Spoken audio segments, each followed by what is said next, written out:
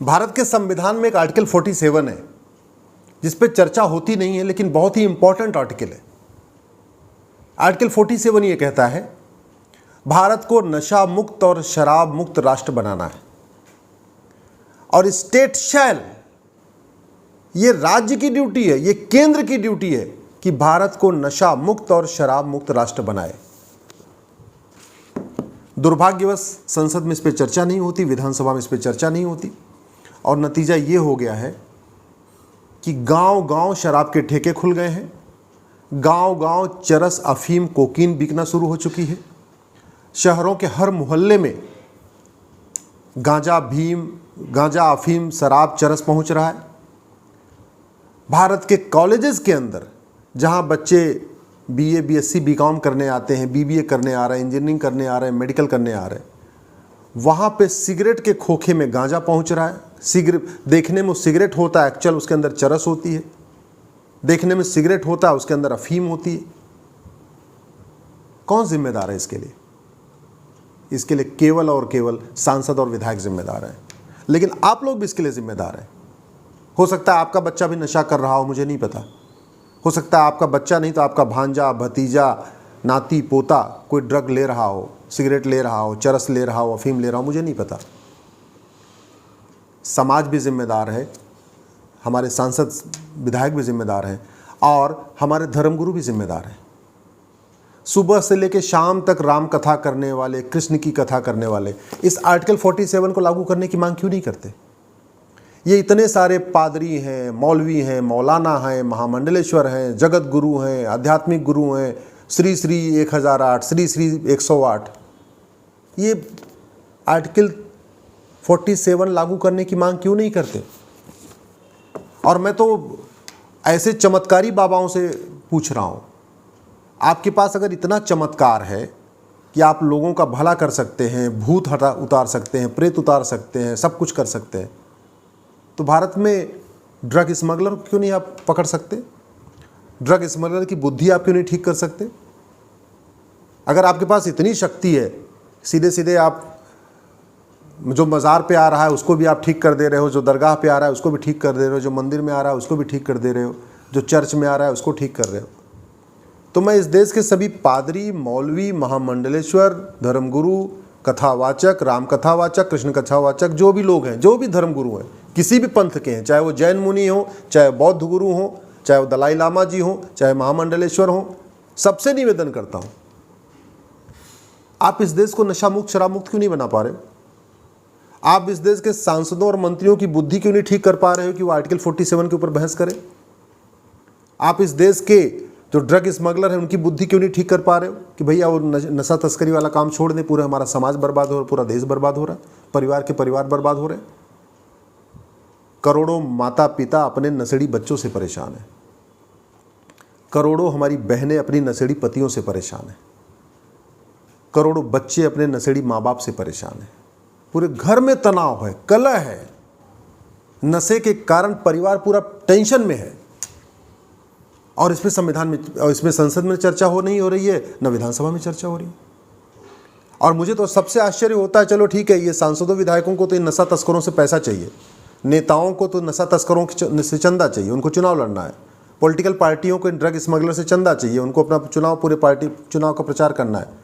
आपने देखा होगा दिल्ली में किस तरीके से कट्टर ईमानदार सरकार ने जो शराब माफियाओं से पैसा ले लेके किस तरीके से, अभी तो पकड़े गए, जेल में भी है ना, जो शराब लीकर स्कैम हुआ है, छत्तीसगढ़ में लीकर स्कैम हुआ है, आपके झारखंड में लीकर स्कैम हुआ है। लेकिन इस देश के धर्मगुरु जो सुबह से शाम तक ज्ञान दे रहे हैं, मजहबी मौलाना जो सुबह से शाम तक केवल तालीम दे रहे हैं, पादरी जो सबको प्रेयर करा रहे हैं, सबको चर्च में बुला बुला के प्रेयर करा रहे हैं, ये पादरी, मौलवी और धर्मगुरु एक साथ मिलके नशे के खिलाफ हल्ला बोल क्यों नहीं कर रहे? क्यों नहीं एक साथ कॉन्फ्रेंस करके कहते हैं कि भाई आर्टिकल 47 लागू करो, और जो आदमी ड्रग स्मगलिंग में पकड़ा जाए इसकी 100% प्रॉपर्टी जब्त करके इसको फांसी दो? ड्रग स्मगलर के लिए स्पेशल कोर्ट की मांग क्यों नहीं कर रहे हैं कि जो नशे का मामला है ये 1 साल के अंदर डिसाइड होना चाहिए? ड्रग स्मगलर के लिए क्यों नहीं मांग करते कि जितने भी नशे के कारोबार करते हैं इनका जो narco polygraph brain mapping test होना चाहिए, जिससे पता चले कि उस पूरे नेटवर्क में और कितने लोग हैं। ऐसा नहीं कि भारत नशा मुक्त नहीं हो सकता, ऐसा नहीं कि भारत शराब मुक्त नहीं हो सकता।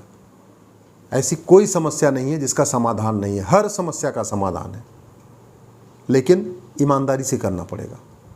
केवल बातें करने से, अच्छी अच्छी बातें करने से, अरे देश हमारा गर्त में जा रहा है, नशे में डूबता चला जा रहा है।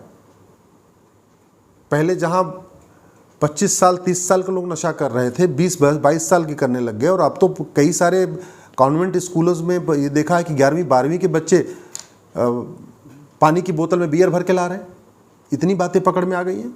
छोटे छोटे बच्चे हमारे ड्रग के खेल में चले जा रहे हैं, और सब सोच रहे हैं सब बहुत बढ़िया बढ़िया, सब बढ़िया बढ़िया बढ़िया बढ़िया। अच्छी अच्छी बातें करने से समस्याएं ठीक होती हैं क्या? मैं इस देश के धर्मगुरुओं से निवेदन करता हूं, आप अपनी कथा में एक बार इन नशा तस्करों को फांसी देने की मांग क्यों नहीं कर रहे? इस देश के सभी धर्मगुरु, सभी महामंडलेश्वर, सभी शंकराचार्य, सभी पादरी, सभी मौलवी, सभी जितने भी बौद्ध गुरु हैं, जितने भी जैन मुनि हैं, ये सब लोग एक होके ड्रग स्मगलर के खिलाफ हल्ला बोल क्यों नहीं कर रहे हैं? नेताओं का समझ में आता है, उनको चंदा मिलता है, पॉलिटिकल पार्टियों को समझ में आता है चंदा मिलता है। क्या इस देश के धर्मगुरु भी ड्रग स्मगलर से चढ़ावा ले रहे हैं क्या? क्या इस देश के मौलवी, मौलाना, जैन मुनि, बौद्ध धर्मगुरु, पादरी, जगत गुरु, महामंडलेश्वर, क्या ये लोग भी इन ड्रग स्मगलर से पैसा ले रहे हैं? अगर नहीं ले रहे तो फिर इनके खिलाफ बोल क्यों नहीं रहे? अगर नहीं ले रहे तो ड्रग स्मगलर्स को फांसी देने की मांग क्यों नहीं कर रहे? अगर नहीं ले रहे तो सिंगापुर में जैसा कानून है, मात्र 900 ग्राम गांजा मिला था सिंगापुर में और फांसी हुई है। गूगल कर लेना आप, 900 ग्राम गांजा मिलने पे फांसी हुई है।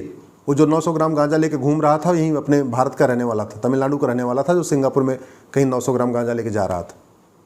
ऐसा कानून भारत में क्यों नहीं बन सकता?